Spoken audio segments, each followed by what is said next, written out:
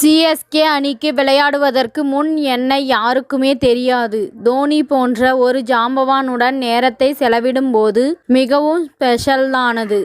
அதுவும் இலங்கையில் இருந்து வரும் என்னைப் போல இளைஞர்களுக்கு அது வரப்பிரசாதம். இந்தியாவுக்கு எதிரான தொடர் நல்ல சவாலாக இருக்கும்.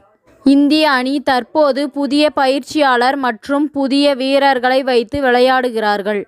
உலக சாம்பியன் அணிக்கு எதிரான விளையாடுவதால் நிச்சயம் சவால்கள் காத்திருக்கும். அதே சமயம் எங்கள் அணியிலும் திறமை வாய்ந்த வீரர்கள் நிறைய பேர் இருக்கின்றார்கள்.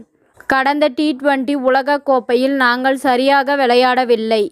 இதனால் இந்திய தொடரை நாங்கள் கைப்பற்றினால் ஒரு அணியாக எங்கள் உத்வேகமும் நம்பிக்கையும் இனி வரும் காலத்தில் அதிகரிக்கும் என்று பதிரனா கூறினார்.